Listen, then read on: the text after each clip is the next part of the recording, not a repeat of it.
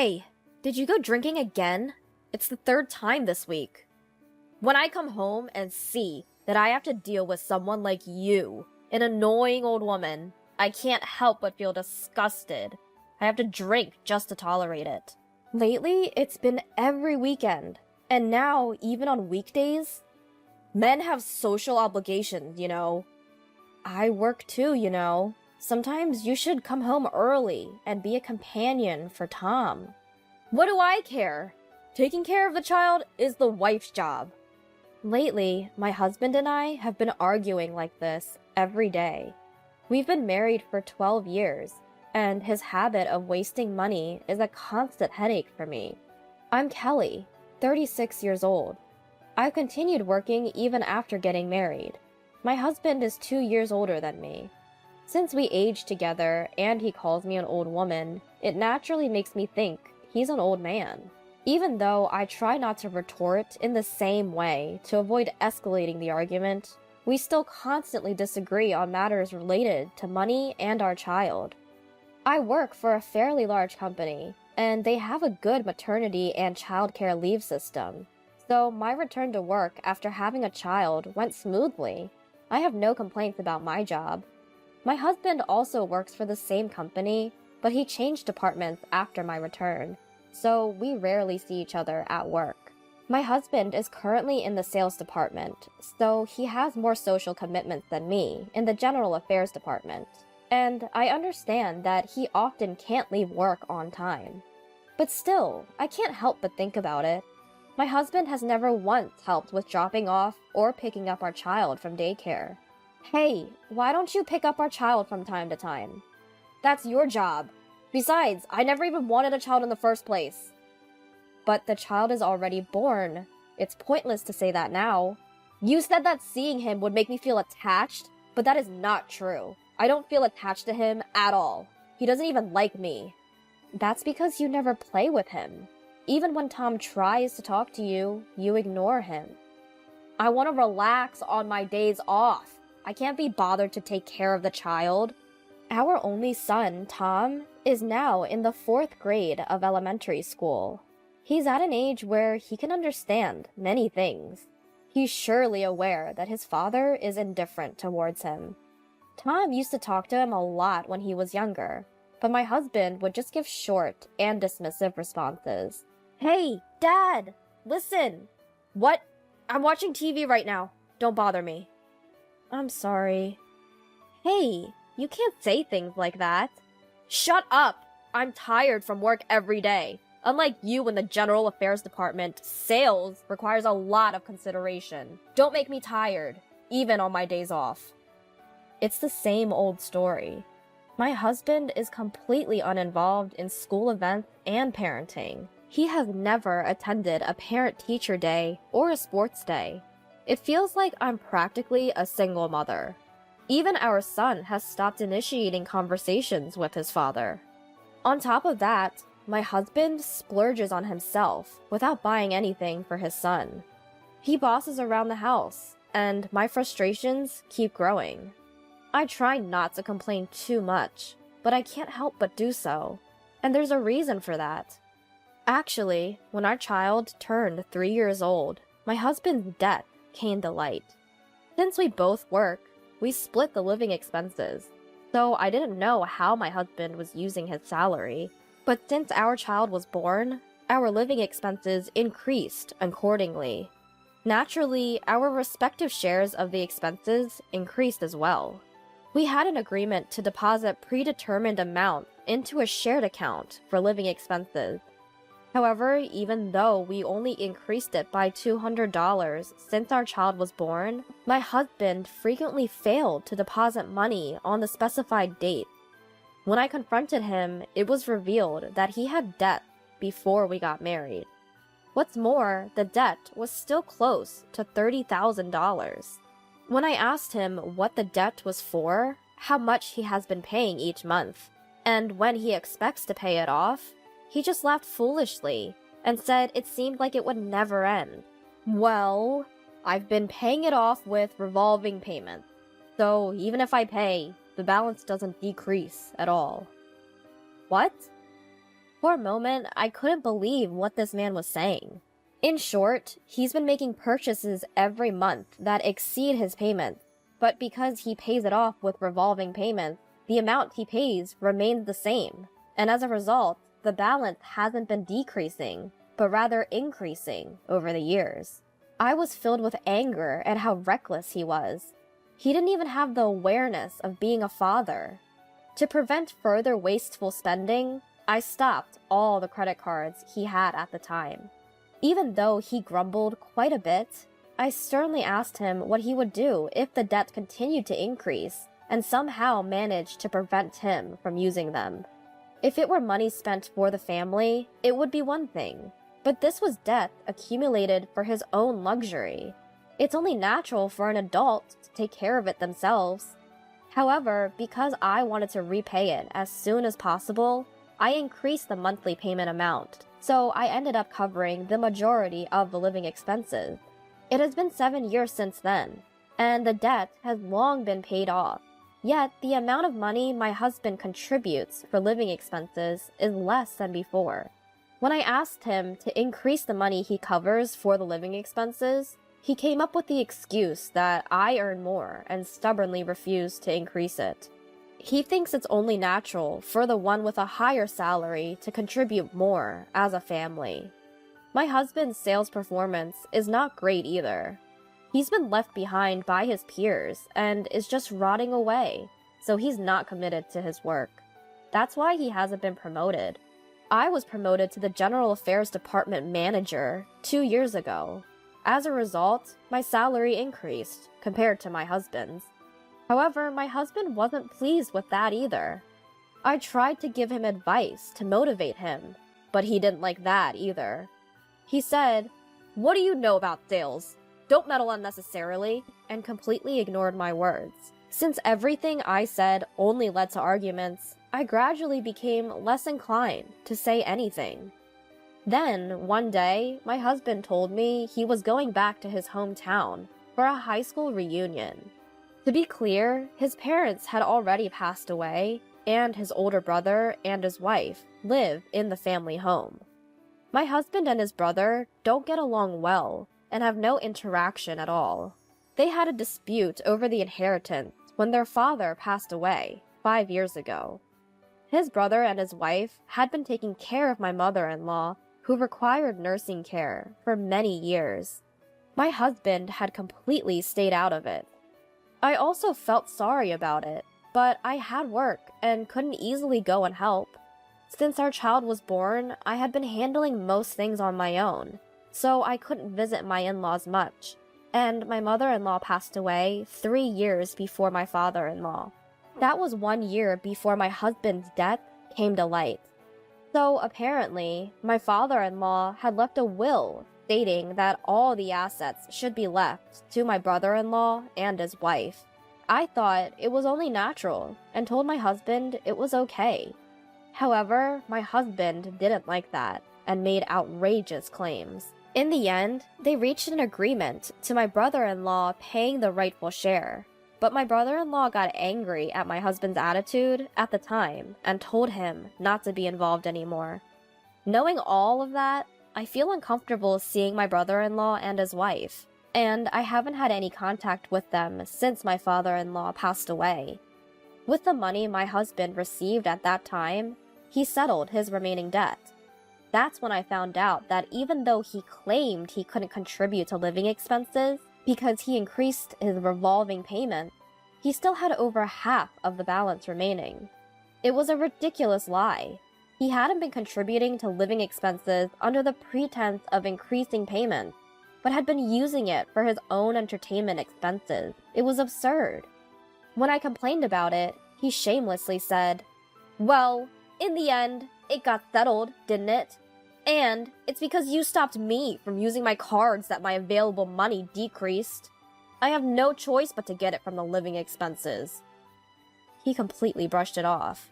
That's how my brother-in-law cut ties with us. So even if he says he's going back to his hometown, there's no way he can stay at his family home. When I asked where he would be staying, he said he had booked a hotel nearby. It was somewhat sad to think that he couldn't even visit the house where he was born and raised, especially since he was returning to his hometown. However, I chose not to mention it, and saw him off. "Daddy, aren't you leaving home today?" "Yeah, that's right." As I watched my husband happily leave, our son called out to him from behind. What's more, our son seemed somewhat pleased to know that his father wouldn't be coming home.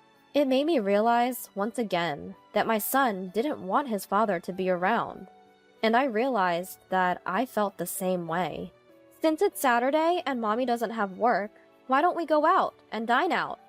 "Really?" "Yeah." "Yay!" Feeling relieved that my husband isn't around, I started to think seriously about our future. But since that high school reunion day, my husband started going out more often. He goes out a lot, especially on his days off, and stays out all night more often. He seems unusually cheerful, and he keeps his cell phone close to him, whereas before he used to leave it lying around on the table. It seems like he even takes it with him to the bathroom and shower. It's suspicious, no matter how you look at it. "Hey, you have been going out more often lately, haven't you? Where do you go?" Just thought I'd work out a bit, so I've been going to the gym on my days off. You know, when you're in your late 30s, your physical strength starts to decline." "Oh, really? Do gyms have accommodations too?" "No, but sometimes I end up having drinks with friends all night. When you are in good shape, you can drink more." "I see. Are you going to keep exercising and play sports with Tom too?" Yeah, that could be an option." His eyes were evasive. I looked at him with a cold gaze, thinking that if it was a lie, he could have come up with a better one.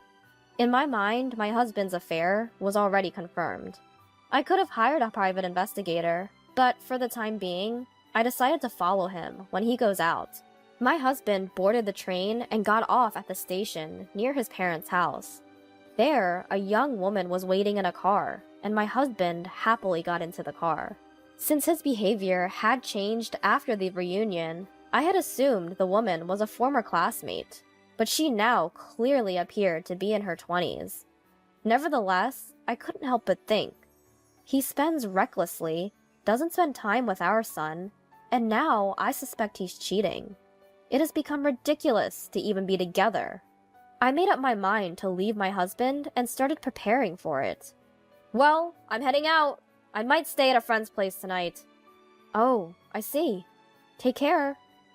It was the perfect opportunity, or so I thought. However, just then, I discovered that my credit card was missing from my wallet. I remember having it there until yesterday. Since I hadn't taken it out or used it, I couldn't think of anywhere I might have lost it. I immediately contacted the credit card company and reported it as lost. They asked me for the last time I used it, but I couldn't remember exactly when it was. I checked the transaction records on my computer and provided them with the information. Fortunately, they informed me that it hadn't been used since then, so that was a relief. I hadn't lost it or taken it out of my wallet, so why did it disappear? There was only one answer, without even having to think about it. My husband must have taken it from my wallet. It was the only explanation I could come up with. I thought that my husband would do it. For the past 6 months or so, my husband had been receiving collection letters from various credit card companies. I guess his own cards had reached their credit limit. When he settled his debt, he must have secretly applied for new cards, and not just one, but several. I had chosen to ignore it, thinking that since he would be the one paying it off, there was no need to say anything. But stealing someone else's card? That just makes him a plain thief. In any case, I'm glad I noticed it early. I started packing my husband's belongings right away. I know where he is. I had a private investigation agency find out who my husband's affair partner is. She's a 26-year-old woman who lives near his parents' house. She's about a decade younger than my husband. According to the investigation report, the woman he's been seeing is divorced and apparently moved back to her parents' house last year. Scott probably met her while she was working at the business hotel, where he stayed for a high school reunion. They lived in the same neighborhood and knew each other by sight, so they might have had an enjoyable chat. Scott has been frequently visiting her parents' house. He has known her parents by sight since he was a child, so maybe he feels comfortable going there. But do her parents let him stay over, even though they know he's still married? Well, that doesn't matter. I loaded Scott's belongings into the truck that arrived shortly and sent them off. Next up is our turn. I've canceled the credit card. Shall we move out too, Tom? Yeah, let's do that. Tom seems quite excited. When I told him we're going to live separately from his father, he responded, absolutely. Just as Scott had long ceased to be my husband in my heart, he had ceased to be a father in Tom's eyes. I regretted that I didn't make this decision sooner. By nightfall, we had moved in our new place. We had completely moved out of the house we had been renting, turned off all utilities, and returned the keys in the presence of the real estate agent.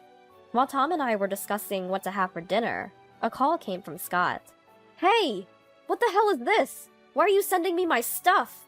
Everyone here is shocked. Well, you seem to be spending a lot of nights there. I thought it would be convenient if you had your personal belongings there. Stop kidding! Because of you, now Marilyn's parents know that I'm still married. You put the divorce papers in the shipment. Anyway, how did you know where I am?